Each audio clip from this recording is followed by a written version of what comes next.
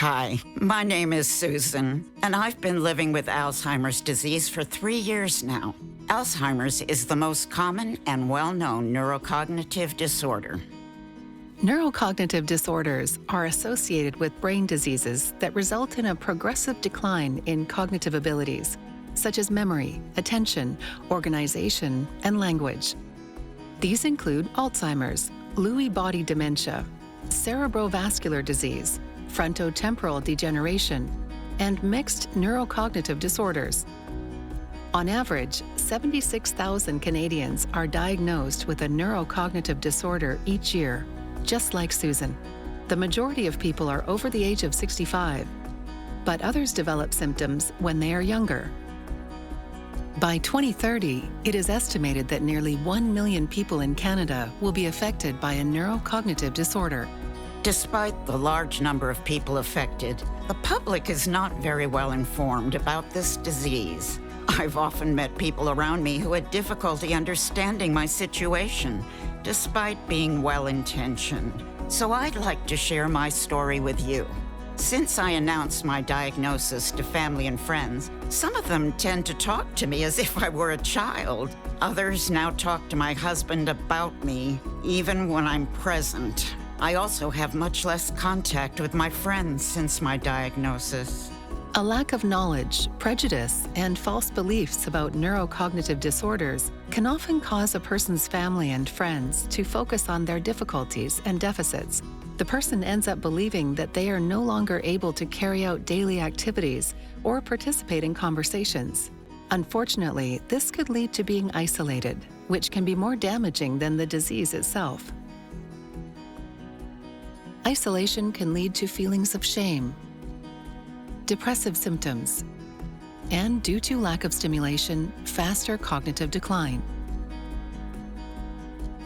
I understand the reactions of those around me. They may also experience a range of emotions about my diagnosis, such as sadness, helplessness, anger, and guilt. I think that some of them are afraid that they'll have a neurocognitive disorder one day too, and don't want to think about it. I can sense the discomfort that my situation causes them. It's normal to feel helpless and unsure of how to act or communicate with a person who has a neurocognitive disorder. 36% of people say they feel uncomfortable interacting with a stranger living with a neurocognitive disorder, and many feel they don't have the knowledge or skills to do so.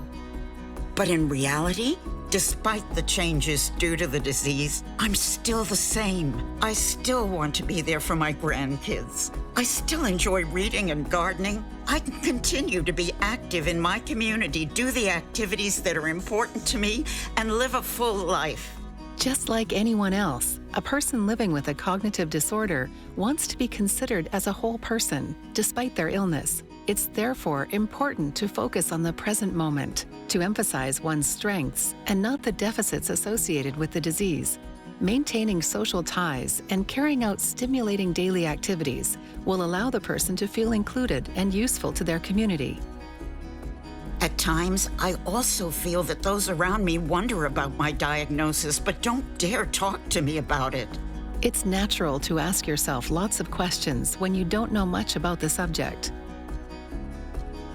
Should I talk about the diagnosis? Is she ready to talk about it? Should I pretend not to know? What could I possibly talk to her about? What could I possibly do with her? Should I change the way I communicate with her? It's important to talk openly about neurocognitive disorders so that people who are concerned about their cognitive health and those affected by the disease don't hesitate to get the help they need. That's right. Now that my family and friends are better informed and aware of neurocognitive disorders, we are able to enjoy quality time together. It allows me to be more comfortable when I go out, to continue to see friends and acquaintances, and to do the activities I enjoy. I also feel comfortable talking about my experiences more broadly, to make people more aware generally of the reality of people living with a neurocognitive disorder. To get support, visit alzheimer.ca or contact the Alzheimer's Society of your region.